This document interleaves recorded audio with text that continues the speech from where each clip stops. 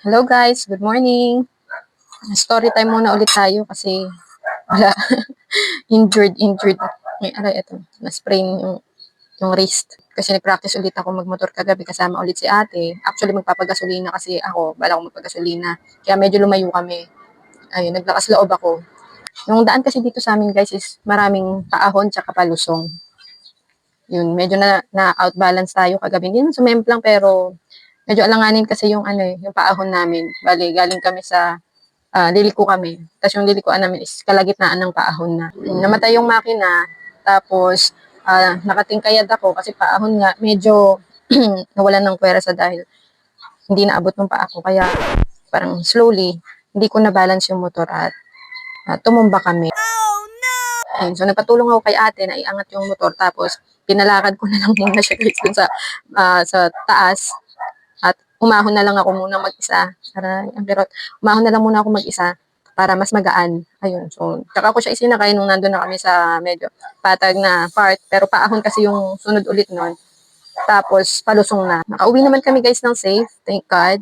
At nakapag-grocery pa nga kami tsaka nakapag-milk tea para magpahinga muna saglit kasi ramdam ko nga na masakit yung sa wrist ko. Tapos, okay naman. Pagdating dito sa bahay, yung niyaluhan ko na kagabi. At ngayon, masakit pa nga rin siya. Wala naman akong sugat. Ayun lang. Ito lang talagang race. At konting paso kasi naka-short lang ako today. So, very light. Naramdaman ko lang na mainit yung gilid ng motor. Sorry. Breakfast kasi ako, guys. Kaya ngayon, medyo limited ang paggamit ko nitong kanan kong kamay. Aray. Kain muna tayo guys.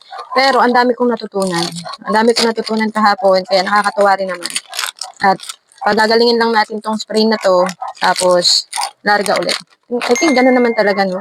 So, lahat ng mga nagpa-practice magmotor, hindi maiwasan na ma-injured ka. Pero thank God kasi ganun lang naman yung nangyari kagabi. At marami akong natutunan, especially sa pagliko-liko. Ayun, naisip ko nga rin kasi kagabi guys kung bakit ba kami natumba. Kasi una, galing kami sa maliit na iskinita, tapos paahon nga yung lalabasan naming daan. At kalagitnaan na yun actually ng ahon. So, patarik na.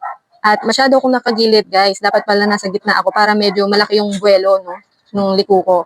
So, kagabi ko na lang siya naisip. At next time, ganun na yung gagawin ko. Tapos yun nga, dahil paahon at mabigat, at hindi ko na siya na-balance. Kaya natumba. Actually, dahan-dahan lang. Dahan-dahan yung pagtumba, kaya nga na-spring kasi pinilit ko pang ilaban na maitayo, makontra sa pagtumba kasi hindi kaya, mabigat din eh. Una, nabibigatan na talaga ako sa motor guys at mahina talaga yung mga kamay ko, hindi ako ganun kalakas. At pangalawa, sakay ko si ate, medyo mabigat din. So, doble yung bigat at hindi ko kinaya pero wala naman kaming sugat. Tapos, nakapag-drive din ako kagabi kasi may palengkihan kami dinaanan. Nung lumabas kasi kami guys ay rush hour. Rush hour nun, around 6 to 7. Yan, 6:30 to 7 siguro kami nung lumabas. So maraming mga sasakyan kaya medyo traffic doon. At natuwa ako guys kasi yung control ko sa clutch. Hindi ako namatayan actually dun sa traffic na yun. At nakasingit din ako first time ko sumingit guys. Sinundan ko lang yung mga nagmumotor dahil traffic nga. So nakasingit tayo guys ng dahan-dahan lang naman. At hindi ako namatayan. Oh, yes. Nakakatuwa din kasi yung control ko sa clutch, napansin ko na clutch and preno at sa pag-throttle ay mas maayos na compared sa mga nauna kong practices. And nakakagamit na rin ako ng signal light. Actually, nung siguro a day before, sumikot lang ako din dito sa street namin para practicein lang yung paggamit ng signal light. And ayun nga, kagabi, successful naman na nagamit ko siya. Every turn ay nagsisignal light ako. Isa pa kagabi medyo naging kamote rin ako guys dahil next stop kami, meron ulit kaming lilikuan. Marami kasing mga liko-liko dito guys kasi para mga kantu-kantuhan to eh. So, huminto muna ako at pumunta ako sa pinakagilid. Ang susunod namin na daan ay pakaliwa kami. So, naka-signal light ako pakaliwa. Kape. So, ayun nga guys. So, naka-signal light ako ng paliko sa kaliwa pero nakahinto kami sa kanan kasi inayos ko muna rin yung posisyon namin ni ate. Tapos nung bala ko nang lumiko is may mga kasunod na kaming motor sa likod at nakita ko sa likod ko is liliko siya ng pakanan. So naharangan ko siya at na-realize ko ay ang kamote ko. Kasi dapat gumitna pala muna rin ako. Hindi ako nandun sa lilikuan ng mga pakanan dahil pakaliwa ako. Tama, di ba? Oh, yeah. Ayun, na-realize ko yun guys at natutunan ko rin yun kagabi. Isa pa sa natutunan ko guys is magpantalon or magmahaba na maybe leggings or something fitted na pants pag nagmumotor kasi naka-short na naman ako kahapon at nung natumba is medyo napaso ako sa binti dahil mainit yung makina. Helmet naman kami kagabi. Madalas kasi checkpoint dito guys. Ayun, baka may madanan kaming checkpoint. At pangalawa, for safety talaga.